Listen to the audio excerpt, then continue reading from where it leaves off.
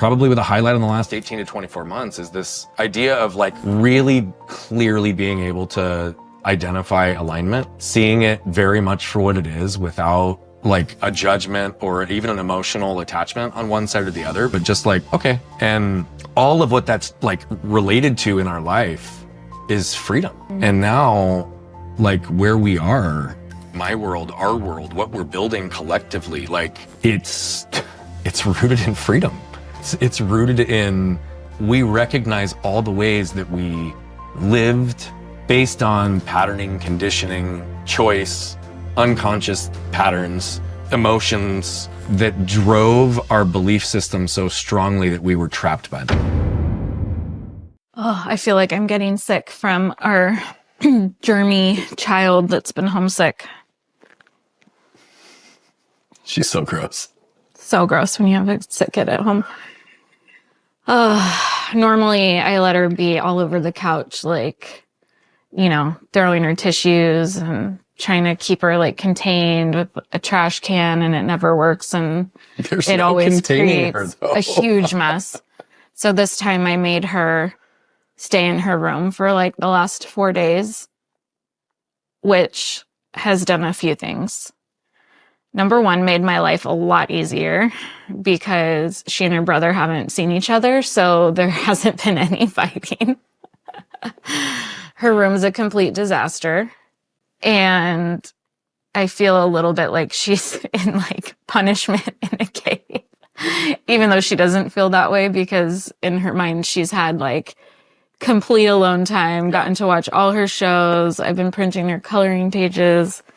It's just funny. It's weird when they start getting older and you can have, you know, more of that separation, even when they're sick. Well, she like hasn't been out of her room in like 3 days. I know. And I've only gone in there hesitantly, like I was telling you last night. Like, I mean, her whole floor is covered with tissues.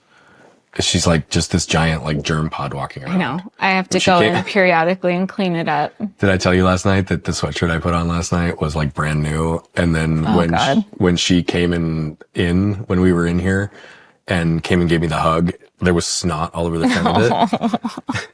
It was like I had just taken it off of the hanger and put it on, and I was like, oh, this is gonna be my sweatshirt like tonight, tomorrow morning. I usually like give it a round, and I just like kept looking at it like while we were in here. Was it? It was Addison, and it was disgusting. And then as we're standing outside and I'm talking to her, she does one of these. Oh. And like you can see the snot bubbling from her nose, and she's like doing the wipe, and then you see the snot transfer onto the back of my the back of her hand, and I'm sitting here like, this is so disgusting. Like, you just wiped it all over me. Now you're doing this. So that's when I was like, I'm going to go get you a tissue. I'll be right back. And like, she at least cleaned that up. And then I was like, okay, I can contain like my crazy for a second. And then like we talked, but then as soon as we came in here, like I was happy that you wanted to go in early, because like I was trying not to touch the front of my shirt. And I had washed my hands after I like interacted with her. And as soon as we went inside, I took the sweatshirt off and put it in the hamper. Because I'm like, I don't want these germs. Oh my gosh. She's disgusting. So bad. Yeah. With that said. Big night curiosity, my dear. Where do you want to go? Where do you want to explore? What train do you want us to get on again this time? That song that just came in my head, that come on, ride the train and ride it. Come on, ride the... Yeah. I went more the Soul Train route. Yeah, which leads me to Beetlejuice. I have to say, I very much enjoyed Beetlejuice. They did a really good job with it. I think I dare to say that I liked it better than the original. The original? Yeah. Well, let's be real too. They did modernize it. Yes. They maintained elements of it that allowed it to like be pure and like good in terms of it, the relatability and transfer of the story. Mm-hmm. But I think that when it was written and how it was produced was both probably a sign of the limitation of elements of our awareness and understanding of like the human experience and ways to navigate that appropriately in a film, at least given the modern era that we're in now. And the production is just different. I think they tried to maintain some of the rawness of the production.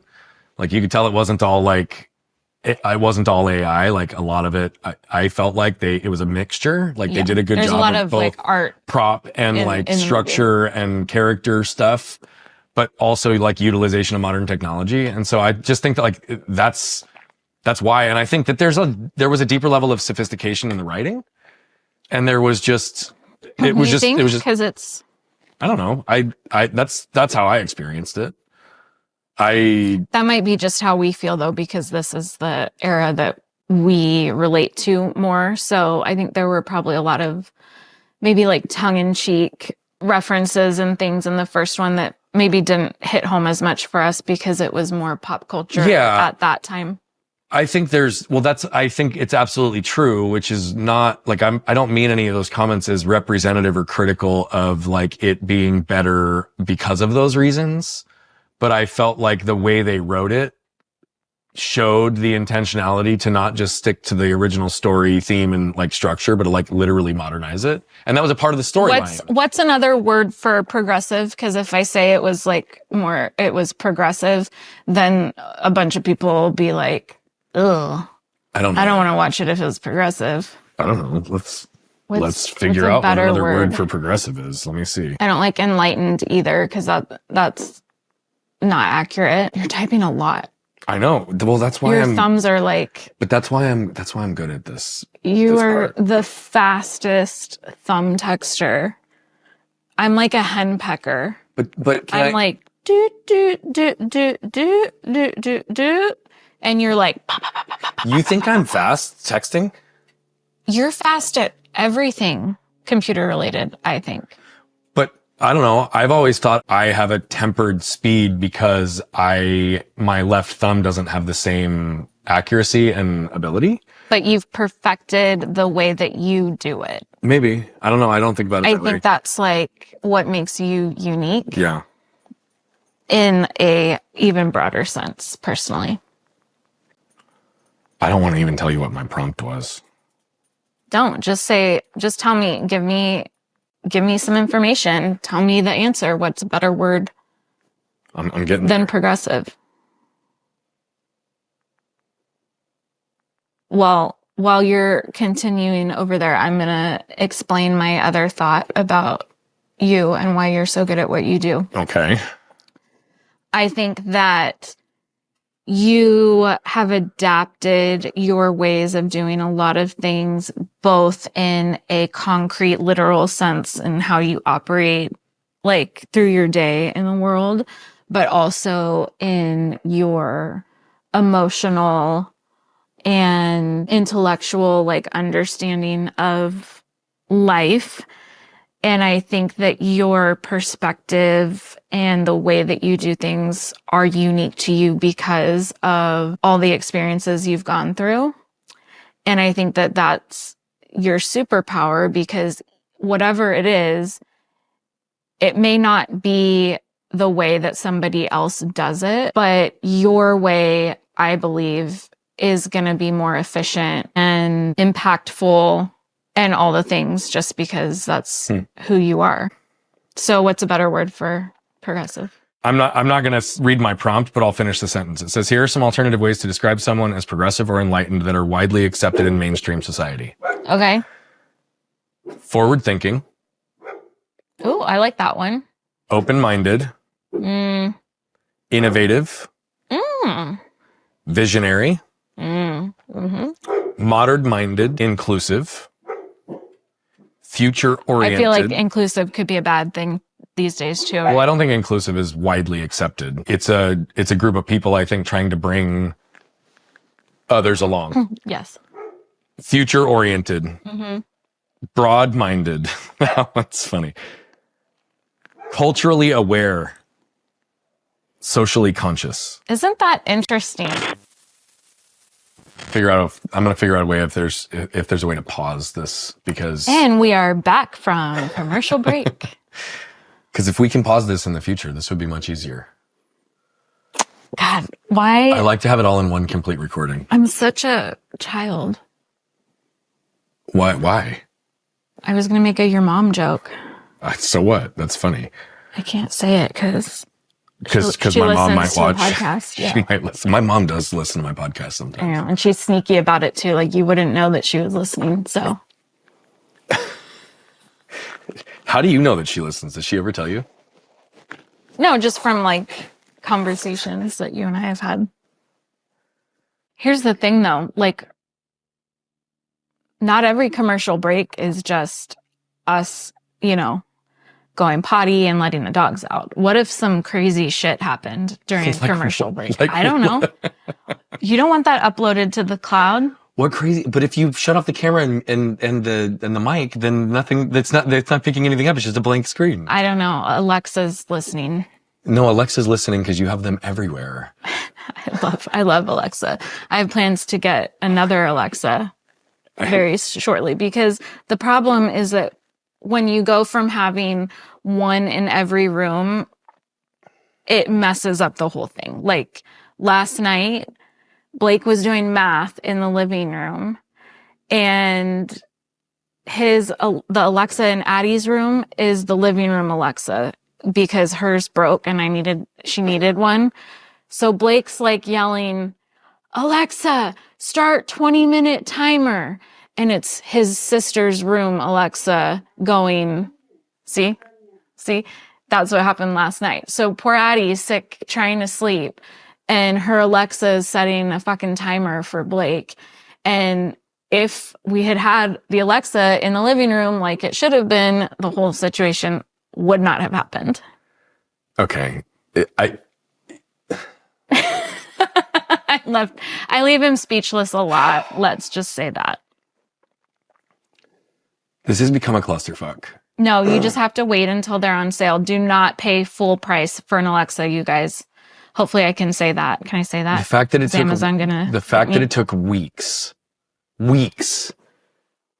to get the one that is now in my office on Do Not Disturb so that I don't hear all of the announcements. I don't think you were touching the right button. No, it was red like that the whole time with the button pushed. I'm telling you, absolute fact, no hesitation. Everyone who's listening who has ever tried to schedule a work appointment with Brian. I can't function a calendar. That doesn't mean you're the one. Do you believe me or Brian? You're the one who just said that I'm fast with everything technology. Don't you think that's a basic? I don't know. We need a rollback. This is why we need a producer. I need a rollback on that. That's like I'd like to know fucking if basic. It's a mute button, and it turns red. I don't think I said all things technology. I think I was like, all things. No, when I was typing and you were like, you're fast with all things technology. That's like, rollback. We'll check rollback. We will check. Yeah. Yeah. No, I'm serious. I don't fuck around with this stuff. If you're listening, you should see Brian's face right now. He is serious. There's still a rollback moment that I want to replay from our retreat. I remember the moment and I can't wait to get the footage to be able to watch so that I know. For about like between us? Yeah, it was when I was doing the treasure and I see in you thing. And then I like talked about it and I had said beside me and no, you were wrong. You were wrong. You were so wrong. You're telling me I said behind? Yes. 3 people heard it that way. I know. So what does that fucking tell you? I want proof. Ugh. No, here's the thing. You are so much like our child. No, but listen, here's the thing. I completely surrendered in the moment because there's a possibility I'm wrong. And you knew. No, but if it was an oversight. And it was all women who heard you and you don't want to go up against. Well, no, but that wasn't why I like retreated. I wasn't afraid. In the moment, I was very sure of what I said. Mm-hmm. But the fact that there, like even one person suggesting that they heard something different gave me a chance to slow down and clarify, because if I unconsciously said that or unintentionally did, I wanted to make sure that what I was intending was clearly communicated. So I was grateful that it was brought up, because if I said behind, which I do like your behind. No, but I would have been behind you, which I like your behind. So it wasn't necessarily an insult. No, but it was more the intent, because beside me is what I intended. Right. Even though I like to look at your behind. But we know what you really think. I can't wait to see the footage. Clearly you think I'm beneath is probably, I can't wait. That would have been a more accurate term. I can't wait to see the footage. No, you prefer on top. I'm going to specifically, I know I me like on it top. I like it all. I like it all. I'm not, I'll take it however it can get. And if I want something, I'll typically initiate that. I don't have a problem like. All right. So moving on. Well, did we need to close the loop on the 10 words, or was that just kind of like observative? Were we like, do we want to I think we made integrate our a new point. one? But do we want to integrate a new term that we use? Because I actually kind of like the idea of getting away from progressive or enlightened. Okay, hold on. Let me look at the list. We don't need you to repeat them all again. No, I don't. But I feel like there was 2 or maybe 3 that stood out to me. I like forward thinking. Me too. Because I feel like there's no emotional. No, it's real. Yeah. And it is about objective future. Right. I think that speaks to the most people personally. Maybe future oriented. I feel like that's too much of a mouthful, though. And you know what it's like to have too much of a mouthful. I'm just saying. I do take big bites sometimes. Look. And then I like look around to see if anyone noticed, like, oh shit, that was a big bite. And then I'm like, yeah. Okay. Anyway. So what? We like forward thinking. That was I think number forward one. thinking was the one that I like that jumped out most. All right. All right. Well, this is done. Those were the only 2 questions that I asked up until that moment, but there may be more. I might want to explore you on, I don't know. Anyway, where do you want to go? Well, I was going to maybe talk about a recent event, but I don't know. Okay. That's I don't know I don't know what we're talking about, but sure. the thing that happened yesterday. I don't have a problem talking about it. I don't have a problem being public about it. I don't have an intent to create harm. No, I want to be really thoughtful and diplomatic in the way we talk about the topic. Yes, I agree. Because my goal is not to expose or point towards anyone, more an interesting pattern in the human experience that I think many of us have gone through in different ways. So I'm like, as long my intent was obviously slander and I know. Well, I mean, you're my protector. You're my protector, and somebody came at me. I mean, I get fired up. I know you do. Trust me. I know more than anybody does how scary you are. I haven't been in tune with my rage like that in a while. It was very channeled. Yeah. I felt empowered. Empowered. Yeah, it wasn't a negative. Yeah, it was good. I was like, oh wait, I can still turn that on. Mm-hmm. Bam. Well, again, but that's the whole point. Like the not needing to justify, protect, or defend yourself does not mean that you can't, or you're not willing to, or capable when the moment comes. Yes. And I think that that's an important distinction in this concept of like vulnerability, because like what you just said is real. Like it was empowered. It wasn't defensive. It was fact truthful and calling out. Well, we have to explain. We'll go. Otherwise, yeah, you do. There's no you context. Explain. Well, basically, Brian and I run our own social for the most part. We have people obviously who help us and who we're really freaking grateful to for everything they do to help us with our social. But look at the posts and we see the comments and we, figure out what's going to be posted and all of those things. So we notice patterns if there are any, right? And it's something that we talk about in our weekly meetings and whatnot. So what do you define as a pattern? In my head, it's when something has happened like three times or more with an individual or a thing or for me, that's kind of like, okay, now it's starting to feel. Yeah. I feel like there's degrees of patterns. Right. So I don't want to go like too nerdy on this because you know how my brain works. Yeah. But I feel like only 2 times, but 2 times in a way that's like very congruent with each other. Right. Is when I can start to notice a potential pattern. And that's when I start looking out for it. Okay. That doesn't mean I define it, but I would tell you that probably 3 to 5 is my window where I'm like, okay, now it's a repeat pattern and it's tied to whatever. Okay. So I would agree with all of that. So I would say we noticed about 3 times that a person had commented on one of our social media posts, and it wasn't like anything outright offensive or anything like that, but just like little things like, more critical. Hints, ways that we could do things better, basically, or where you kind of feel like, okay, it's not blatant, but there's this underlying sense of, okay, now this has happened 3 Yeah. times. The only time this person interacts with our post is to leave constructive criticism that feels yucky. Yeah.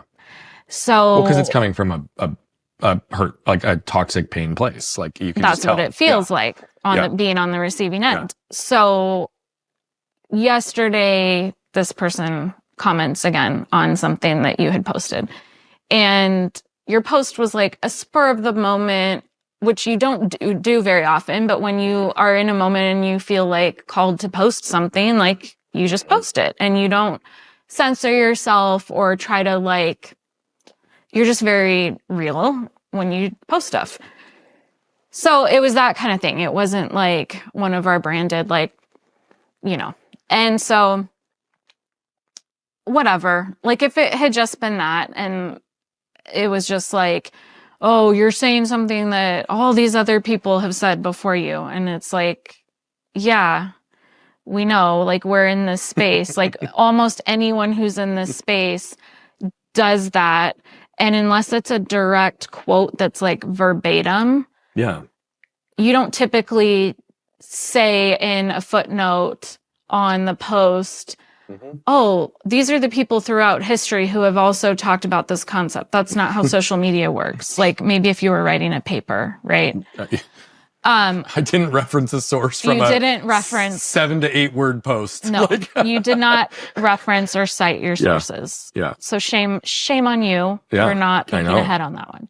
But I didn't have a problem with that. I responded to that one like pretty favorably. Like, hey, it was a spur of the moment thought. Like, it sounds like you can attribute this to somebody. I always want to give original thought. Like, who is it? And what's funny is And like that wasn't answered. anyone who's done any like of our like live webinars or things like that has even, chances are, heard you say, you're going to hear a lot of things today that like are not necessarily new or original concepts for me when it comes to specifically to mindset, like da da da da da.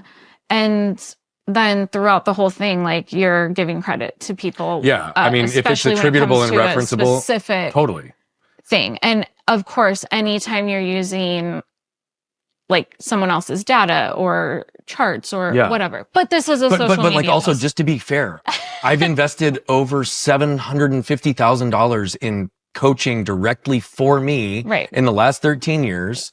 I've read thousands of books, studied all these things, and had all my lived experiences. Like there's no way I can attribute every thought that fabricates in the way I view the world today down to the root source in every case. I just can't. Right. And so the other piece is that I encourage this like truth in that I don't claim that anything I teach is 100% original. Meaning the concept that supports it, the universal truth that's behind it, that philosophers and people have been teaching for generations. What's unique to me is the way I communicate it and how I package it that makes it accessible to others. Right. And how that's done that uses my lived experience to be able to create the connection to make it real and tangible for others. Like that's what any thought leader does, is takes things and they improve it through their lens to make it accessible to people. Yes. And that's so, yes, I got fired up about that because it drives me nuts. Right.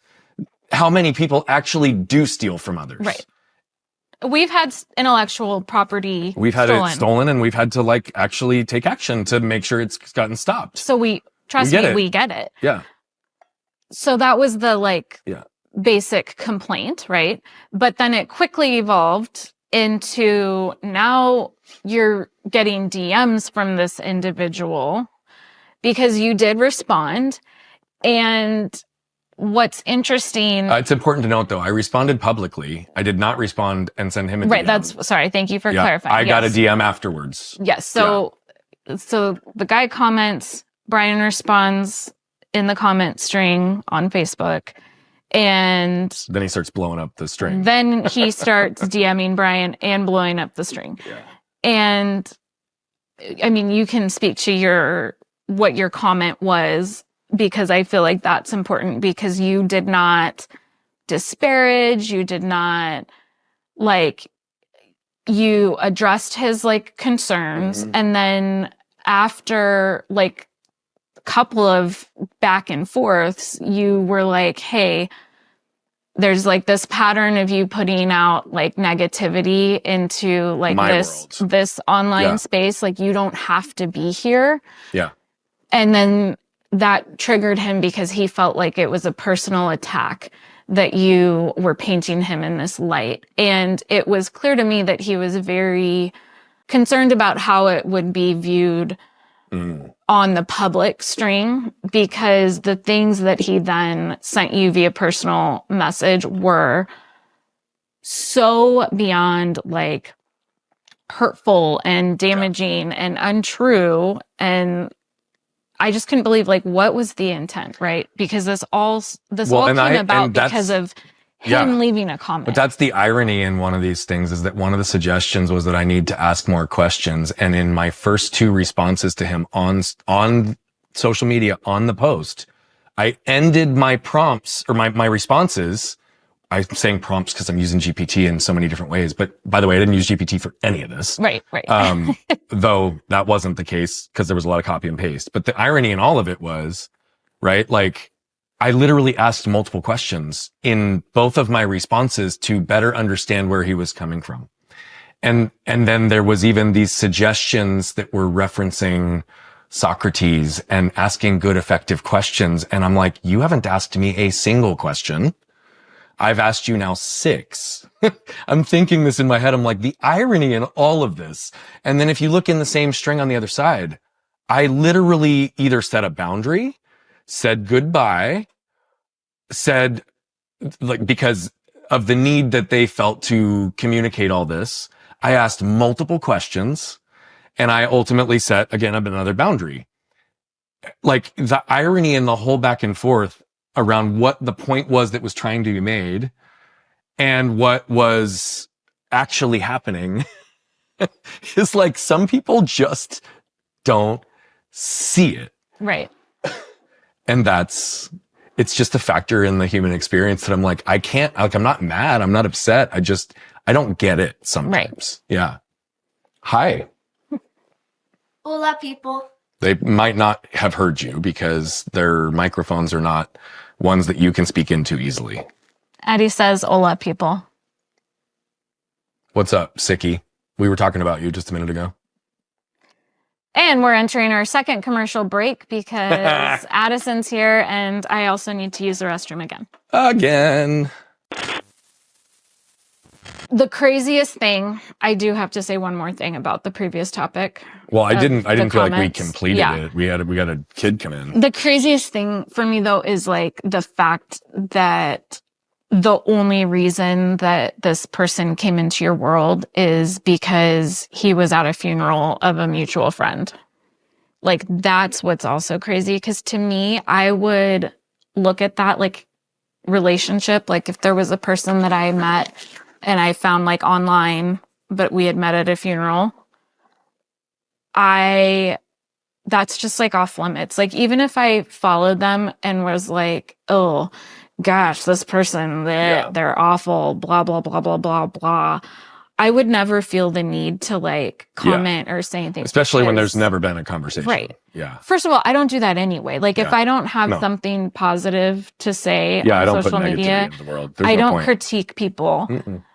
I think the only time I've ever commented something that could be like feedback is if there was like an obvious like mistake with like a link or something that was posted to let them know. Or like one thing I can just reference a very specific one with my buddy Brian Galke a couple of years ago when he was starting to create his own content and put it out. He had a lot of stuff that didn't have subtitles on it. And like, you know how I feel about subtitles. It's like mandatory on all things, whether it's baked in from the organic stuff on the platforms or like we burn it on the file. Like, it's important, right? Not just for hearing impairment, but it gives people the ability to see it. And most people watch these videos without sound on, which was part of what we were talking about with other stuff and issues and catching it in clips. But like, I reached out to him and texted him when I saw this pattern and I said, hey, I've noticed something in your social media that I think could be an opportunity for you. Right. Would you like some feedback or not? Because feedback is permission based. Yeah. So, and then what he's like, no, I'd love to hear it. We talked for 5 minutes. I explained the concept. He implemented it. And a month later, he reached out and he's like, oh my God, it's been such a huge difference in, even the algorithm giving it to more people. He's like, I'm getting more feedback. The content's hitting harder. I'm like, stuff like that. Right. We do because it helps. And it's not coming from a place of just wanting someone to either look dumb or be criticized, you know. The stuff in the personal DMs though, like it was interesting how many angles came at you. I feel like I was being attacked. Yeah. That this person would only have knowledge from whatever they believe they've found online. Right.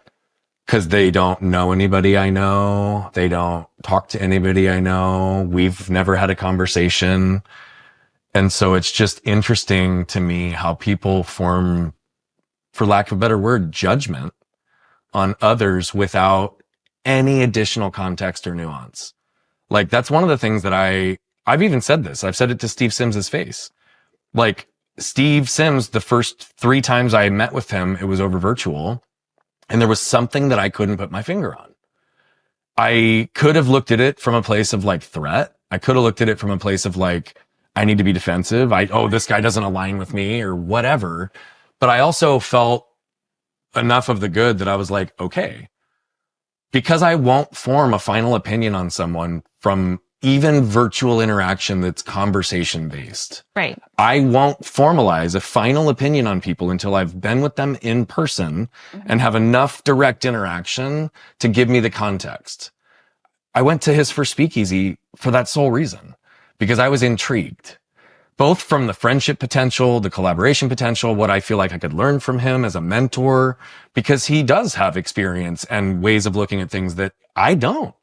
And I've learned and grown a ton from it. But it was one of those things where it's like, again, I could have made a judgment and been like, oh, this guy doesn't align with me. I would have been so misguided and misled there. Yep. Steve Sims is one of my favorite humans on the planet, and he will hate that I've even referenced his name and said that I love him.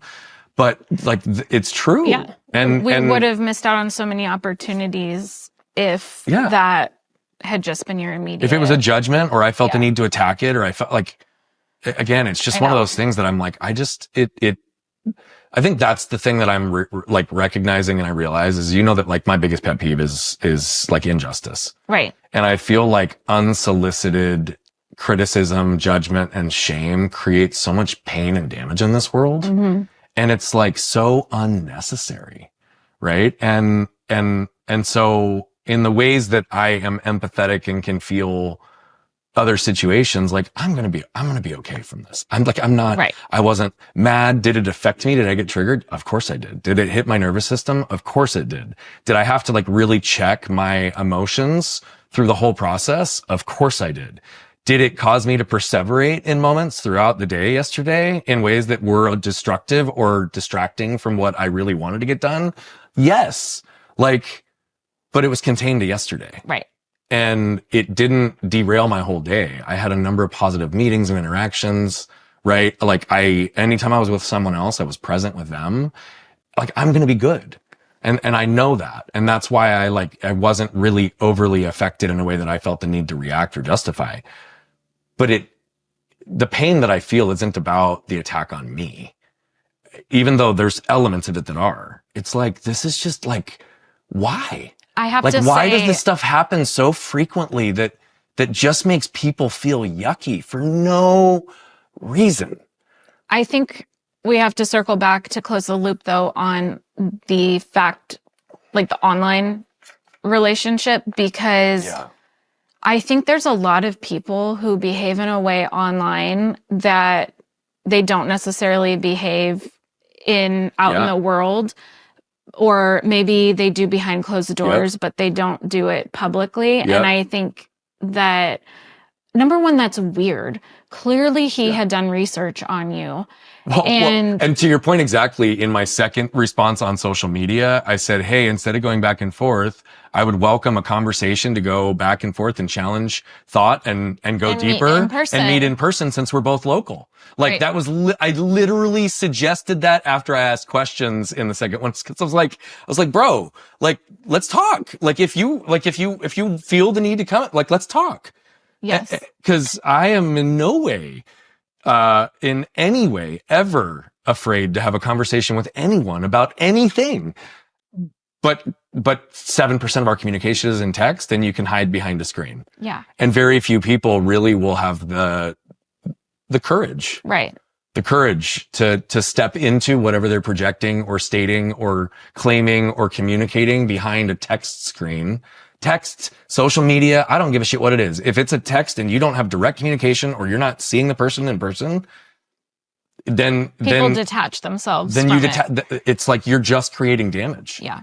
And at what point do people step into a level of courage to start to have these conversations real time? And what's interesting is I don't feel like I need to get into the specifics of the DMs, but what I will say is that it was initially when he first messaged you presented as like, I'm actually trying to do you a favor because, you know, coaches have a bad rap because they just regurgitate stuff. And really, like, I'm trying to help you out by pointing this stuff out. I have to get specific on one thing. That's not how it started. How it started was a ChatGPT copied, basically trying to take away all of my credibility and original thought. And the irony in it is that he had gone to ChatGPT and entered you in or done something and spelled my name wrong. And so the person that he sent the profile on to discredit wasn't even me. That's how it started. And then it got shifted to this attempt to help. But what's funny is that after saying that he was just trying to help, he basically then contradicts himself by saying, well, actually the only reason I follow you is so my wife and I can laugh at you. Basically, yeah. And I'm like, okay, so you weren't trying to help. Like, you just owned your own shit, but you tried to cover it with this fake, you know, I'm trying to help, but I'm actually trying to do you a favor. And it's just like, which is also funny because everything that was written online and on social was copied and pasted from ChatGPT. It wasn't even his original thought and language, right? So did his words prompt whatever response that he put on there? Sure. Is that original thought? Like, it's like, the whole situation is like, what is happening right now? Like, am I living literally in this like la la land? And that's where it comes down to. It's like, when do people have the courage to step in and communicate directly? Right. Like, I'll talk to anybody, any claim, any feedback, any criticism you could have of me. Cool. Let's talk about it. But the whole point is that there was like there's something about. Oh, it had nothing to do with me. No. It does. Well, is what I'm saying. Like, he follows you. There's something there that caused him to do this research and the thing that caused it is internal on his end, but it's led to whatever this, like, his perception of weird me infatuation ignited within him. Right. Yeah. And it's like, none of that has to actually do with you. It's all about him, but you can't look at those actions if you're that person and this is how you're interacting online and think like this is a healthy way of communicating with people. So it's just the amount of blindness that's there. Yeah. The personal and professional attacks that elevated through the string were just like, it's like, okay. Like crazy things. I don't know who you're talking about, but it's not me. So it's just interesting. And I think that's it. That's why it hit me deeper yesterday, honestly. Like, was there a personal element to it? Of course. And that's what I'm owning and admitting. Like, yes, I'm human. I feel shit. I go through stuff. Like, was I mad? No. Was I super depressed or rocked in my world? No. Did it affect my self-worth, my value, my conviction, my belief, my dedication to the work that I continue to do? Not at all. In fact, it only reinforced the need for it. Right. And so, you know, it's like, but did it take time and energy in a form of a distraction because of what it ignited within me and what I had to process through? Of course. And yet I have the ability to do that when so many others just feel the pain from the attack and don't know how to recover or respond. And that's why I struggle with just the amount of perceived anger and fear that exists in the energy and tone of like a lot of this stuff that people really don't have the courage to talk about in person with people. And that's our fundamental breakdown in this whole disconnect is we don't know what's real until we're right in front of it and actually in existence and in presence with it. You know, we don't. But people act as if we do. Yeah. I'm just proud of us because for all the reasons that, you know, you stated, but I'm proud of how we can have boundaries. We have a community of people who are amazing and uplifting and encourage me so much. Yeah. And that we can, you know, talk about it a day after and not feel the same like yuck, you know, that was experienced. I don't feel any yuck. I mean, I feel it when I talk about it, like in the description of it, but like I'm not carrying any of it today. In fact, what's really funny about the whole thing is like, I'm not one of those that hides, deletes, or like, you know, is opposed to haters, right? Like, you know, there's all these, again, to credit other original sources because I'm going to butcher the quote or potentially say it exactly as somebody else would. Like, you're not, you know, you're creating waves when you start getting haters. Yeah. And like, so cool, great. That doesn't do anything to feed my ego. But what's funny about it is the level at which the post was engaged with, largely by him, fed the algorithm, and we're now getting further reach on it. And the overwhelming response seems to be either in support of us if people read the full string, or in full support and acceptance of the 7 to 8 words that I posted originally. Right. And so it's like, cool, thank you. Like, thank you, because you just helped the algorithm and allowed more people to see all of this and the ambiguity that still exists within it that I and you both called some truth to. Yeah. And like, so that's like, I can sit and like laugh about it actually, because I'm like, this is funny. Yeah. But the depth of what's really behind it, I think that's where like we just try to keep ourselves grounded and rooted and like, nope, this is why we do the work we do. I think the reason why it felt so yucky in the moment was, again, like just the personal things that were said about you in the DMs. And I think the reason because it was so like terrible. It's like, what, who are you? Like, how can you say something like that to another person? It was like bullying as an adult. And I think that is like, that's where the yuck comes from. That's where like like, because I think we're just in this place of feeling like there's a lot of hurt right now in the world. And why would anyone use their energy to further that emotion or feeling in others is kind of where I land. Yeah. And without going any deeper on the specific topic around this person, because there's lots of pieces that again, just kind of fit into the broader puzzle. If that's understood. And again, we're not hiding this. We're not saying the words from the post. Like it would require some research for somebody to go find this. We're not going to attach it, right? Like, so we're remaining as ambiguous as we can be to protect this person as social media allows when what's already out there. Like, that's just the truth. But the piece that I do also find extra interesting is, and I think partially the reason that I felt it extra yesterday is because the connecting person, who passed away about 2.5 years ago, just a little bit less than that, their birthday was the same day this post took place. Yeah. And the same day this interaction took place. And it's like this person that I love, honor, and remember. And in fact, I was asked by their family to lead the celebration of life, which was such an honor. But my connection with him is still very deep.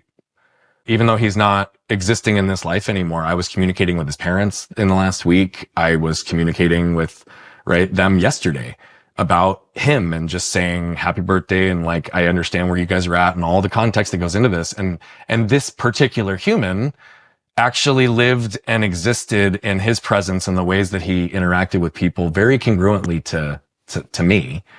And this person also was very foundational in creating a platform technologically for the other individual to actually have the success that he has. Like the irony of the whole situation is just like, oh, of course this would happen on his birthday. And, I I say all that in the detail that I do, both with you and obviously for the recording that we're in this discussion, just because I think that's the other piece that I often think that I realize is like the bigger picture and the connecting fibers that like keep people in situations. And like, it just is one of those things that it was kind of like a little wink and a little laugh yesterday, just as a reminder, for me to just stay on the path that we're on. Yep. Because the longer we've been on this path and the more we commit to it and the deeper we go with each other and with our commitment to ourselves, each other, our family, and then our extended family through our world that we're building, every time we do that and then we go deeper and further, the more reward we get, like in every way, in all the ways that actually fucking matter. Right? In ways that we have contrast and understanding of why they matter, because we also had a completely different experience in a prior period of our life around an actual success that is a different story. I think here's the thing. It would be, our previous life would have been judged as from this person as successful. And they look at what we're doing now as not being successful. It's a judgment. Because it's a judgment that they're making based off of different parameters than the ones we're measuring ourselves. Well, and with no right actual knowledge of any details within our business and all of these insinuations of certain types of people that would never work with me for all these reasons, when in fact I have active clients right now that fit the exact profile in the exact industry, in fact, that this person comes from, that I'm like, oh, okay. Right. And again, it's all of those factors. But my point with that is that like our ruler, our measuring stick has changed. Totally different. And I think that was very highlighted within the communication. 100%. The personal communication. 100%. And for me, that was not validating because I wouldn't get that from that place and that interaction, but it was like kind of like this like piece of like, how funny is that? Because he also thinks he's like insulting us, but actually it's a compliment because I look at this and I'm like, what you have, I don't want. None of your values that you've listed are in alignment with mine. And so like that actually is gratifying because. Yeah. Well, and I even said, I think that was my second response to him, which was like, hey, like, I don't think you and I align. Like, unfollow me. Like, we don't have to have this interaction. Like, that's okay. I'm not affected by that. I place no value on that, honestly, because it is a superficial interaction.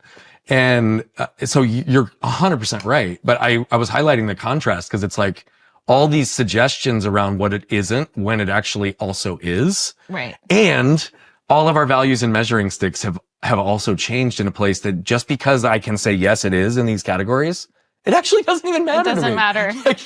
like, because that's not how I measure the impact and success within it. It's like, it is. It's funny because we do evolve. And from my standpoint, like, again, it just further grounded me in the path that we're on. Right. And it's like, and I think that's what's super cool that I'm recognizing. And this is a recent development for us in these last couple of years, like few, and probably with a highlight in the last 18 to 24 months is this idea of like really clearly being able to identify alignment, seeing it very much for what it is without like a judgment or even an emotional attachment on one side or the other, but just like, okay.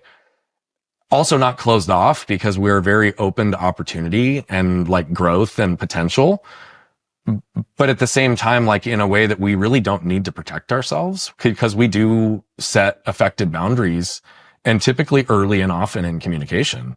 And all of what that's like related to in our life is freedom. It's again, 10 years ago, if I'd had the same interaction, it would have rattled me and I would have been rage monster and spent all this time and energy to prove something to somebody else that honestly doesn't even matter to me. Right. Right. For the sake of my worth being tied to someone else's validation of whom I don't even align with. Right. and how often that was a big part of my life before, and all of the energy and suckage and all then of what it amplified in my world. And now, like where we are, my world, our world, what we're building collectively, like it's rooted in freedom. It's rooted in fulfillment. It's rooted in, like, we recognize all the ways that we lived based on patterning, conditioning, choice, unconscious patterns, emotions that drove our belief system so strongly that we were trapped by them. Yep. To a place where now, like, it's, I don't know. I don't know how else to put words to it other than it's like, it's free. And we're no longer trapped now. And that doesn't mean like we've arrived. Like, doesn't mean we have everything figured out. Doesn't mean that we don't like face resistance in life. Like, it means that the things that we place our values on and where we focus our time, our energy, our intent, continue to amplify. Yeah. Because we challenge ourselves every day and each other. Check alignment. I will say that that's why, like, I really pondered over involving myself in the comments, you know, online with that interaction, because a big part of me was, I generally like feel like not giving things attention sometimes is the most effective way. And I will be someone that removes a person or a comment because I would just rather not give those things space. But the way that the whole situation panned out, I will not stand for someone being a bully or for someone presenting themselves one way and then literally going for someone's jugular. Like, that is not okay. And I'm going to call people on that all day long. And so ultimately I was like, no, I need, this is like a protection thing. And I felt like it was the right choice. And who knows if my words landed in any way or not. And ultimately it doesn't really matter, because for me, I just felt like sometimes certain things need to be said. And I'm glad that I did. And we had other folks in our world that love us jump in and say things as well. Like, you know, which just, that goes for anything online, by the way. Like, when it's someone being, I agree. Like, I would step in and comment as a friend or in support of someone. Oh, I have. You know, as like, you know. There's a line. Yep. And it's like, ignore until you can't just pretend that something's not happening anymore. Well, I mean, you remember I interjected into a pretty heated interaction that is very polarizing topically, that was being used to discredit somebody.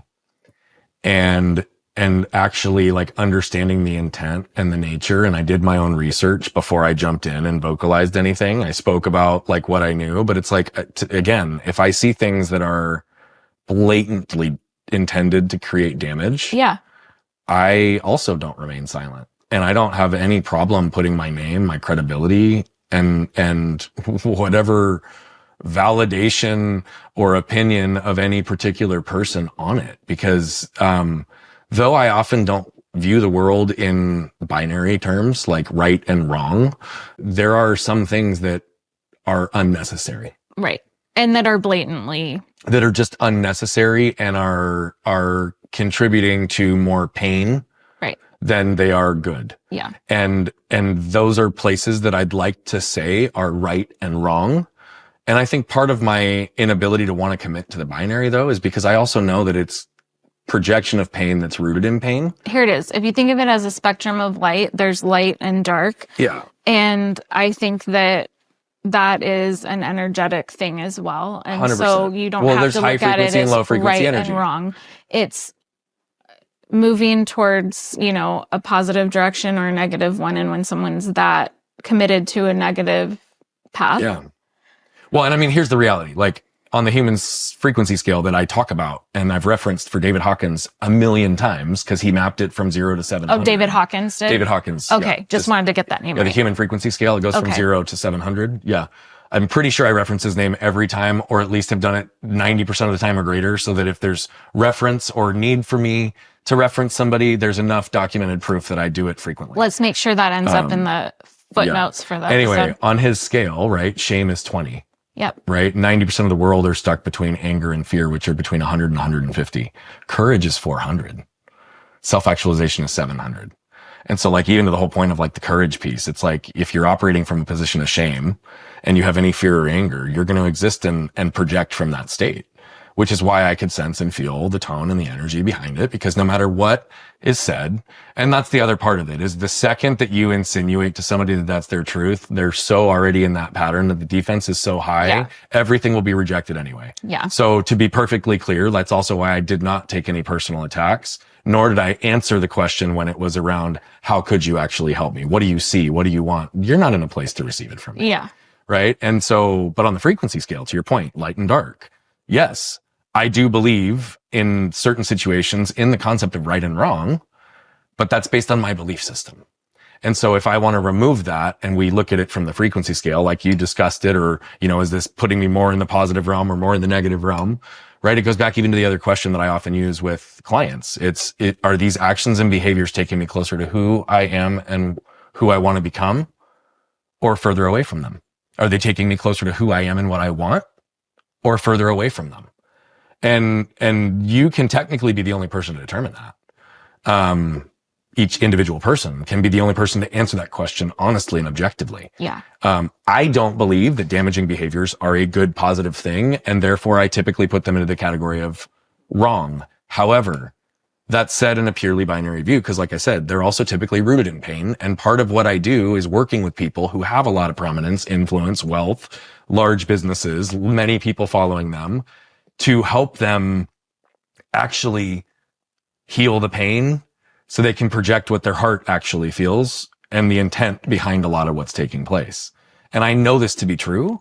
And so that's also where it's just an interesting dynamic, right? Because I can see it as right and wrong and still not judge that person or have a belief that they inherently are bad. My belief about this person is they're clearly going through something, and there's some pain right now that's being projected externally in the world. I received some of it. I don't know where else it's going because I haven't done the research, nor will I. But my sense is, and given the work I do, my sense is pretty accurate on these types of things, that it's coming from a place of desperation, pain, and suffering. And yet that, if said to the person in the state that they're in and the way the dynamic went, would never be received. Right. And that's okay. Which is also why I don't feel the need to say it to them. But it's a truth that I try to ground myself in, because that's what allows me to be objective and compassionate. Because if I really viewed it purely binary, then there would be judgment behind it, at least in the way that I operate. I'm not saying that's true for everybody, but for me, if it's right and wrong, who's to determine right and wrong? What belief system shapes it? Yeah. Right? And I think that's the part that's just interesting again about this whole idea of the contrast in humanity. So I feel like there's so many pieces on this topic and so many places we could go with it, but I definitely am getting sick. So I want to wrap soon, but I need to talk about the Walking Dead franchise for a moment, because I've been really frustrated and triggered the last few days. Okay, talk about it. And I need to get it off my chest. Talk about it. So Brian and I am a long time The Walking Dead fan, the original. I love every single member of that cast. I love the writing. I love everything about it. I'm a diehard fan. Let me be clear. Can I have an ADD moment for 1 second? If the answer is no, it's okay. I can wait. Go fill up your water bottle. No, that's not what I want. What? I just realized that we talked about Steve Sims and that his face is on my bottle. Oh, that's cute. I like it. So that was like a close the loop moment where I was like, oh, we just talked about them. Yeah, that's All right, perfect. go So ahead. to recap, Finish. Ashley, Yes. big original The Walking Dead fan. Yep. Brian, after many years later, after I got into it, he finally watched it with me, got caught up. We watched the Michonne and Rick spinoff, the whole thing, right? I was like, okay, Brian can only handle so many zombie TV shows at once. And it's like we were in the middle of like catching up on like the Rick and Michonne's plot line at the time. We were like trying to watch Daryl. We were trying to watch Maggie in New York. It was like too much. And I feel like we burnt ourselves out. So I think you was burnt like, me out. Let's. I burnt Brian out. I was not burnt out. So I was like, well, how about I start rewatching Fear the Walking Dead on my own? And I am, one of my faults, I'm going to just admit it, is turning something on my phone while I'm doing like housework or whatever. And I say it's a fault because I don't know. I feel like I'm supposed to look at it as a fault. Maybe it's not a fault. I don't. The enlightened way. I've told you would often. Future thinking way. Future thinking way. Yeah. Of me would be saying like, look, I'm making the most out of my time. Oh, no, it's forward thinking. Well, I both came up. Anyway. All right. So I've been watching it, right? It is the worst plot line. Like the last few seasons, Fear the Walking Dead. Like this is the general consensus, come to find out online. And it's just like so defeating when you have watched a show like this many seasons. Why? I agree. Keep going. And then like shit's just crazy. Like it doesn't make any sense. You have people coming back from the dead from season like 3 of the show. All of a sudden in the last season, they didn't really get killed. Like it's like a soap opera. And it's bringing me back to like the days of my mom having the soap opera on. But I'm like so far in it, it's like I can't stop watching it, even though it's a train wreck. No, you totally can. No, I am like 2 episodes away of completely being done. And I just have this empty pit in my heart where they just screwed it up. They just jacked up the entire storyline. I am like really sorry that you feel that way. And now you're going to have to watch it because I need for you to understand what I'm feeling. I don't need to understand it. So basically, we're going to have to go back and start watching this one too.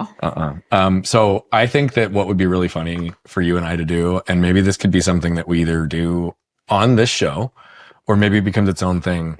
I think we should talk about in many ways or find ways to highlight like the complete contrast in the way that we operate in like so many things, because like bloopers of you and I.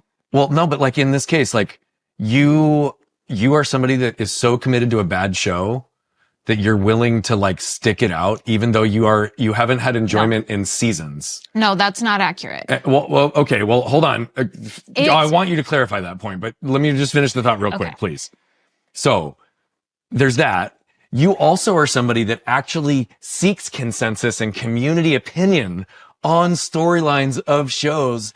And you're somebody that gets into a show and does proactive research on what's going to happen in the storyline instead of just watching the show. Whereas I feel like I am somebody who just experiences it. Not to suggest that your approach is different, because it's a different way of experiencing it. But it is interesting because like, I don't want to know the future. I want to know what's like happening and if I need context from the past. And you are like in it. So you like community. You like to see other people's opinions. I don't give 2 fucks what anybody thinks. If I like it, I like it. If I don't like it, I don't like it. I just find that funny. I think it's interesting. I think the psychology behind the entire Walking Dead franchise and the way they've done spin-offs. And I would tell you that it's case by case for me, because even though I can tell the writing declined, no offense. I mean, I feel bad for the guys that like put their heart and soul into it, but it just was not equivalent to the original writers. And so it's been going downhill since season, 5, but it was still like, okay, like the characters are still themselves. Yeah. Like I was still interested and invested. Yeah. It is so off the wall in this last season. It's like a completely different show.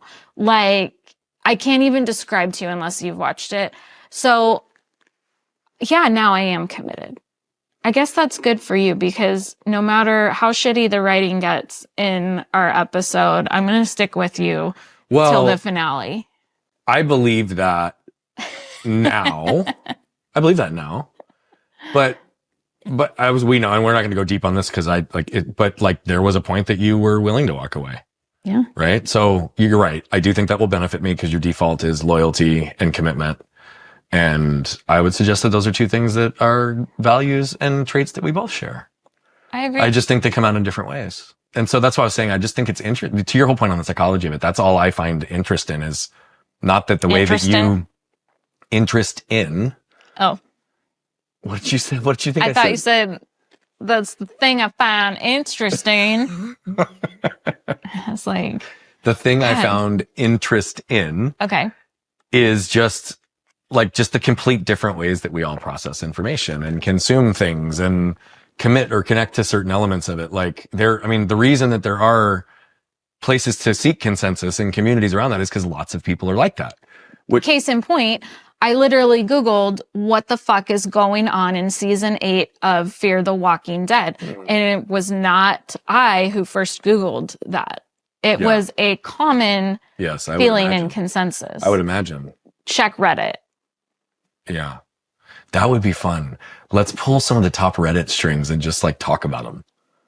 I don't even know how to find Reddit when it's not a Google result. So maybe this will be a sub. But let me see if I. My throat's starting to hurt. I'm going to need to get horizontal. This is coming on fast. Guys, I gave Addie a COVID test yesterday and it came back negative. But I will say the test expired back in January of 2023. So I'm not sure how reliable the test was. Feel free to talk amongst yourselves and let me know if I should go DoorDash another COVID test to our house. What? Top Reddit thread. It's just interesting the way. Do they even rank them as like top threads? They do, but it's, they have like popular feed that aggregates stuff from multiple stuff. Then they have like more niche things. There's one in here for like a hub of humor and funny content. I'm going to see if it will pull funny. So, babe, every night before bed, you and I watch The Big Bang Theory. We do. And on The Big Bang Theory, Sheldon and Amy have a YouTube show called Fun with Flags. Okay.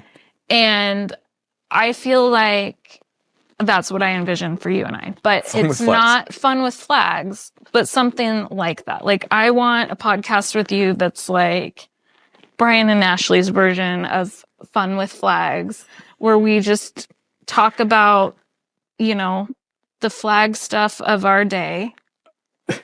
And where maybe we even have a flag that we hang in our background. Well, I mean, the theme of the show is flip the lid, and we could just do the scan the can process, and we could do it serious in moments, and we can do it unserious and funny in moments. By the way, this Reddit funny thread, the hot topics of funny, the very top one that comes up is "This cat needs proper training." It's a 5-second video that's probably hilarious, and we could integrate a screen element so that we could be showing the Reddit videos alongside, and we could do it real time. That would be fun. And then here's the second one. Someone about to get shanked by a chameleon. And it's a picture. Like, let me open it and see how deep. Oh yeah. No, it's a chameleon with a fucking jib. Like it's a shiver. It's like a screwdriver. You know what? It looks like the screwdriver that comes with your glasses repair kit. But and he's holding it like this. I wish I could show it. I don't like, this would be more fun if I could show it. But like, I think it would be funny to like do some of these things. Anyway. I like that idea. All right. Well, if you have any ideas of fun things we could integrate into a Brian and Ashley episode, drop it in the comments below. Because we'll talk serious, we'll talk real-time things in our lives, we'll go off on random topics, we'll get deep and iterative. I just need something that's like fun, relax. Yeah, I think the fun stuff is good. I can have my blanket, my dogs. I like the whole sitch. Yeah. But I do definitely. All right, I'm putting this down because I'm now distracted. I'm sick. Yeah. You got me on the Reddit thread thing, and I'm like, and now I'm on the funny Reddit thread. Well, this was fun. Thanks for taking time out of your day to chat with me, babe. I love you. I love you. Alrighty. All right. We're signing off. This is not a commercial break. This is the official wrap. Wrap. And Peace. What you can probably tell by now is that I love telling these stories, but what I love even more is the impact that's coming from them. You see, we're on a mission to impact over 1 billion lives as quickly as possible, but to do that, we need you. See, we believe that moved people move people. And so all I'm asking is if you've resonated, connected with any of the messaging, please consider commenting, sharing, leave a rating and review. Thank you so much for tuning into Flipping the Lid. And if you want more information on the show, how to become a guest, how to recommend a guest, or any of the other details, head over to flippingthelid.com. We'll see you there.